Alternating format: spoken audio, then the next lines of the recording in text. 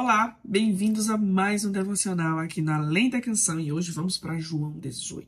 Olha, que capítulo tenso, viu? Muito tenso, mas necessário. Jesus veio para morrer por nós, apesar de ser tão difícil, né? Eu lembro que às vezes eu dizia assim, quando eu era adolescente, eu tinha uma visão da morte de Jesus como se Jesus tivesse perdido, como se Jesus tivesse perdido para o diabo mesmo, perdido para o mal. E aí só lendo a palavra, né, durante a juventude, foi que eu entendi que Jesus precisava morrer por nós. A gente tem que olhar para a morte de Jesus não como sendo algo de dor, só de dor, que eu sei que foi doído, né, gente? A gente não pode ignorar esse sacrifício. Mas a gente tem que olhar o propósito por trás da morte de Jesus na cruz. Foi para expiar os nossos pecados, para que Jesus pudesse justificar o meu e o seu pecado. Então a morte de Jesus na cruz e a cruz é o motivo de eu e você termos vida eterna. Se você ainda não leu, leia João 18 e volte para a gente compartilhar juntos a palavra de Deus. Vou reler com você para ficar icônico na sua mente do que João 18 também fala dentre tantas cenas importantes. Acontece muita coisa em João 18, gente. Mas o 27 diz assim: de novo, Pedro negou, e no mesmo instante o galo cantou. Então, quando a gente ouvir João 18, é o capítulo em que Pedro nega Jesus. Muitas coisas acontecem, como eu disse, em João 18. E, inicialmente, Jesus vai para um lugar chamado Cedron. Cedron, eu tinha anotado aqui, estava na dúvida. Que é onde havia um jardim. Eu gosto de olhar para esse detalhe como sendo... Eu faço um contraponto com o jardim no Éden. Nos instantes finais de Jesus, Jesus vai encontrar, né, com um homem que vai o negar, com um homem que vai finalizar o processo de expiação do meu e do seu pecado, né? Entregando Jesus aos sacerdotes. Então, nós temos aqui mais uma vez Jesus e o homem no jardim. E a grande diferença é que esse jardim agora, o jardim no Cedron, aqui, né? Todos os próximos passos a partir daí são para mim e para a sua redenção. E aí, a seguir, Judas leva os judeus e os sacerdotes para prender Jesus. E Judas sabia que Jesus ia para aquele lugar, né? Era um lugar que Jesus ia com frequência. Então, ele leva os homens para lá. Eu fico pensando na frieza desse homem, né, gente? E levaram com lanternas, com tochas, foram até Jesus, né? Judas foi até Jesus para entregá-lo aos sacerdotes e aos judeus.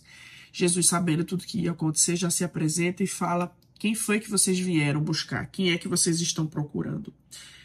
E eles falam: Jesus o Nazareno. E aí Jesus responde: sou eu. E quando eles falam sou eu, quando Jesus fala sou eu, o verso 5 fala, o verso 6, quando Jesus lhe disse sou eu, recuaram e caíram por terra. Eu acho que aqui é uma ação sobrenatural de Deus que acontece, que os homens se prostram diante de Jesus, o Nazareno, o Filho de Deus, mesmo sem querer. Eles são tomados por algo que talvez nem eles conseguissem explicar. E aí Pedro corta a orelha de alguém que trabalha para o sacerdote, né? E Jesus o repreende. E Jesus diz assim: guarde a espada da bainha. Por acaso não beberei o cálice que o Pai me deu? Falamos isso aqui no início. Jesus veio para morrer por nós. Pedro, não atrapalha o plano aqui. Não adianta você fazer nada. Você não está no time aqui. Né? Então Jesus o repreende ali. E agora Jesus é levado para Anás, inicialmente, né? Então o levaram primeiramente a Anás, sogro de Caifás, sumo sacerdote naquele ano. E ele leva ele para Anás E quando ele pergunta para Jesus sobre seus ensinamentos, Jesus fala, gente, Jesus está bem ousado, como sempre, mas Jesus ele não vai responder a todos os questionamentos que farão, porque aqui ele encontra Anás, Caifás e também encontra Pilatos. Todos esses encontros acontecem em João 18. Em nenhum momento Jesus, com vergonha do que fez, não, Jesus dá resposta, gente, sem temor, sem medo, sem papas na língua, né? Eu sei que é uma coisa de se aplicar para Jesus, né? Mas ele fala, olha, eu nunca preguei escondido. Sempre preguei para multidões na frente de todo mundo. Vai lá e pergunta para os meus seguidores quais foram os ensinamentos que eu ensinei para ele. Há um questionamento deles, do Anás, justamente, e do Caifás, né? Justamente para saber assim, o que é que ele está pregando, o que é que ele está falando, o que é que ele está dizendo. E Jesus deixa claro que nunca pregou escondido. Entendeu? É a interrogação que Anás faz a ele, né? E aí, nessa hora que Jesus responde isso, pergunte aos que ouviram o que foi que eu falei, que eles sabem muito bem. A intenção é encontrar nas palavras de Jesus algo que o condene. Você está pregando blasfêmias, repete as blasfêmias que vocês pregam. Aí Jesus fala, pergunta para eles então se eu preguei blasfêmias. É mais ou menos isso, traduzindo. E aí, quando Jesus disse isso, um dos guardas que estavam deu-lhe uma bofetada, dizendo, é assim que você fala com o sumo sacerdote? Está escrito no verso 22. E de novo, gente, Jesus não baixa a cabeça no sentido de medo e nem nada do tipo. Jesus fala, se eu falei mal, dê testemunho do mal. Mas se falei bem, por que você está me batendo? E Anás, nesse momento, já percebe que não vai conseguir muita coisa de Jesus, né? Jesus não vai se submeter àquilo que ele quer. E ele manda ele amarrado à presença de Caifás, agora sumo sacerdote.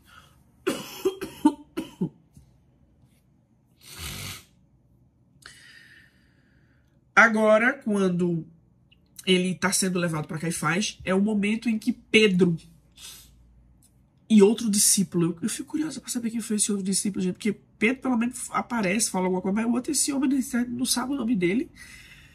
E ele some no meio da multidão, eu não sei quem é esse outro discípulo. E ele o segue até a casa de Caifás, e as pessoas o reconhecem como seguidor de Jesus, como discípulo de Jesus. E aí é nesse momento que Pedro nega Jesus inicialmente 2 vezes seguidas. Ele fala que não é discípulo de Jesus, de jeito nenhum.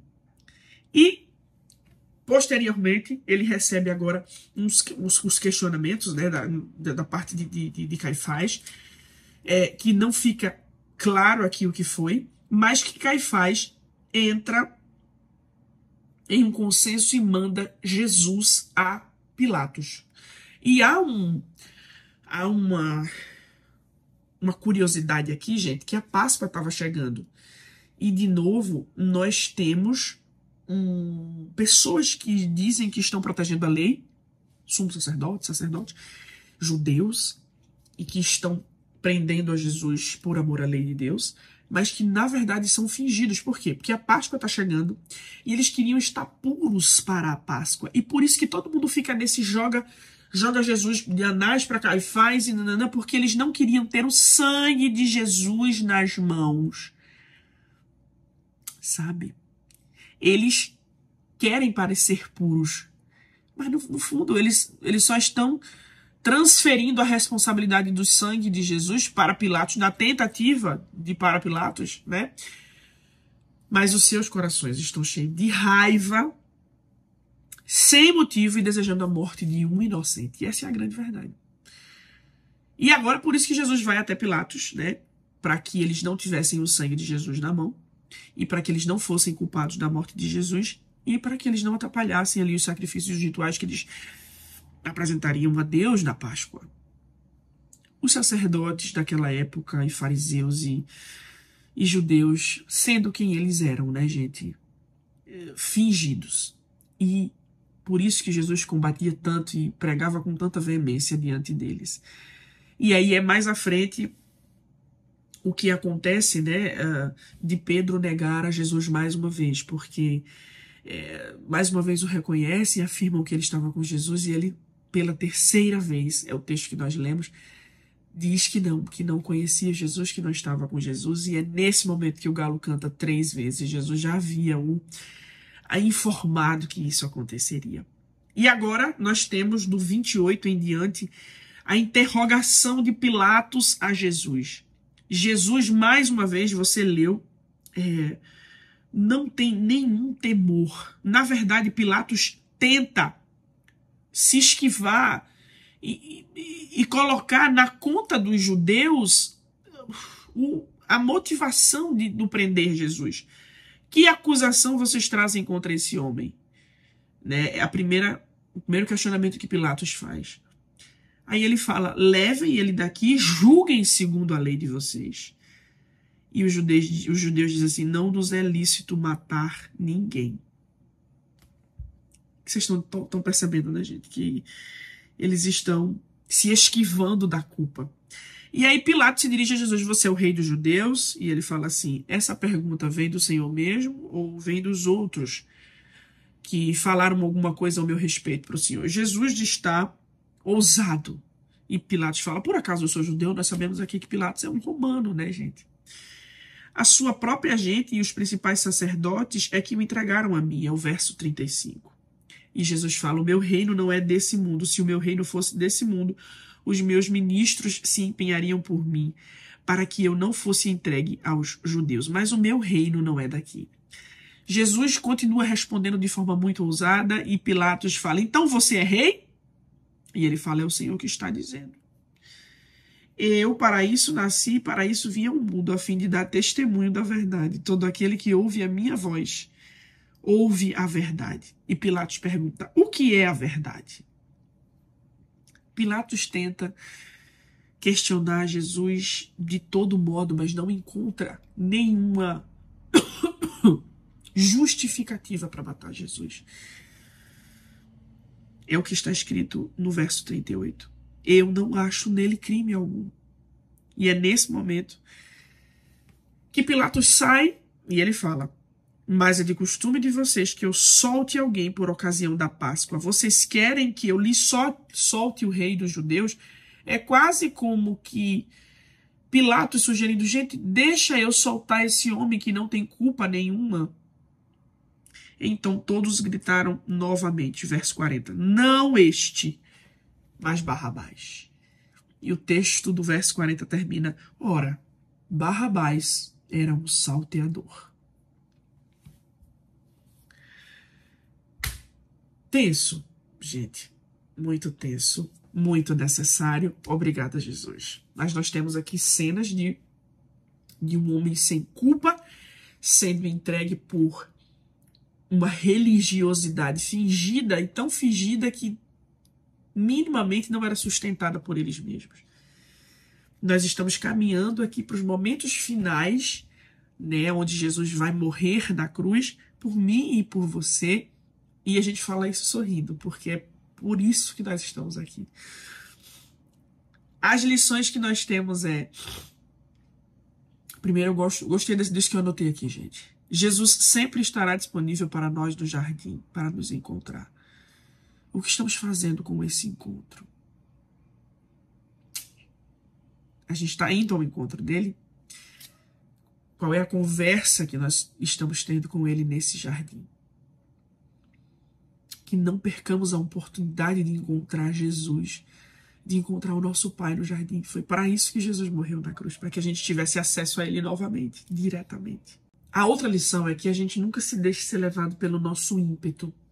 Até quando baseamos ele no nosso amor e nosso zelo a Jesus, a Deus e a sua obra. É que a gente não se apoie na nossa muita ou na nossa pouca oração, enfim. É mais ou menos o que aconteceu com Pedro. Pedro se achava muito amigo de Jesus, muito íntimo de Jesus, muito seguro do seu amor a Jesus, mas foi precipitado em muitas coisas. A gente não pode é o que Salomão ensina, né? Se apoiar na nossa própria sabedoria.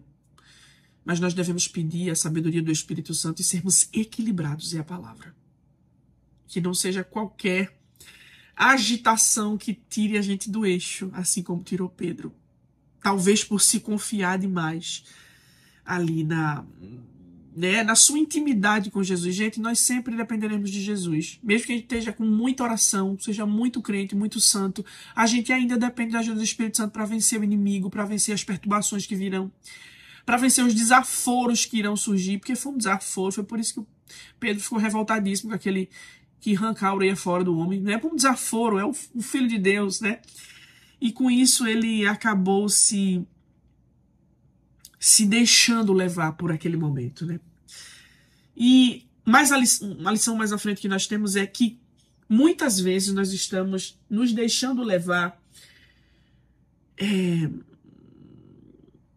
de novo pela altíssima religiosidade e achando que essa é a motivação principal e única pela qual nós devemos e podemos julgar o nosso irmão.